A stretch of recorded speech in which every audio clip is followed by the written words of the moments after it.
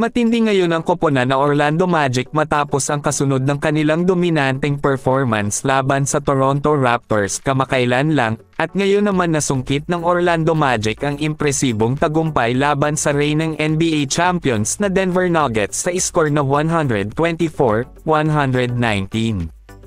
Ang krusyal na panalo na ito ay nagangat sa Magic sa 10-5 na record na pumwesto sa kanila bilang pangalawang seed sa Eastern Conference.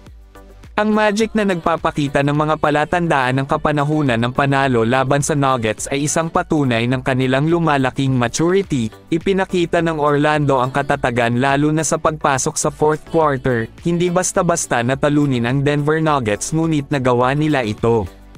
Sa kabila ng pinakamalaking bentahe ng Nuggets sa 9 na points sa unang bahagi ng fourth quarter, nagrally ang Magic sa pamamagitan ng 16-8 na scoring run at tinapos ang laro ng malakas sa pamamagitan ng 20-11 na run. Kapansin-pansin ang pagganap ng ika-4 na quarter ng koponan, kung saan umiscore sila ng 42 points. Nagmula ang mga kontribusyon mula sa maraming manlalaro, kasama sina Wagner at Banchero na nangunguna, na sinundan ng makabuluhang pagsisikap mula kina Cole Anthony at Joe Ingles. Ang batang duo na sina Franz Wagner at Paolo Banchero ay nanguna para sa panalo ng Orlando Magic, na nagsama ng 50 points.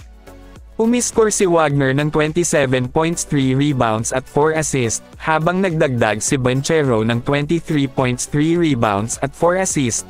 Ang larong ito ay minarkahan ang ika-4 na pagkakataon sa season na ito na ang duo ay umiscore ng bawat isa ng 20 points, na nagpapakita ng kanilang lumalagong senaryo at epekto sa pagganap sa koponan. Lalong lumakas ngayon ang opensa ng Orlando Magic matapos umiscore ng mahigit 120 points sa bawat isa sa kanilang huling 3 laro, laban sa Nuggets. Nakakuha sila ng 54.5% mula sa field at 34.5% naman mula sa 3-point shot.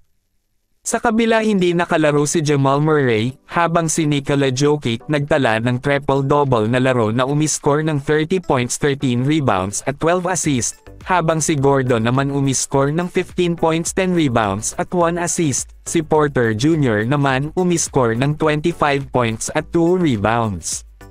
Ang tagumpay na ito para sa Magic ay hindi lamang hudyat ng kanilang potensyal bilang isang malakas na kalaban sa Eastern Conference, ngunit nagpapakita rin ng mga hakbang na kanilang ginawa sa mga tuntunin ng kapanahunan ng koponan at ang kanilang mga kakayahan sa opensa. Kakaiba ngayon ang galawan ng Minnesota Timberwolves matapos umangat sila sa 7-0 na record sa kanilang tahanan ngayong season, matapos ang panalo laban sa Philadelphia 76ers sa score na 112-99. Ngunit sa naganap na laro wala ang Joel Embiid para sa Sixers, mabigat ang laban ng Sixers sa ikalawang gabi ng back-to-back at paglalaro nang wala ang reynang MVP na si Joel Embiid. Nanguna si Anthony Edwards para sa Timberwolves na may game-high na 31.6 rebounds at 6 assists na merong 50% shooting. Si Karl Anthony Towns naman ay nagbuhos ng sarili niyang 23 points, 11 rebounds at 3 assists.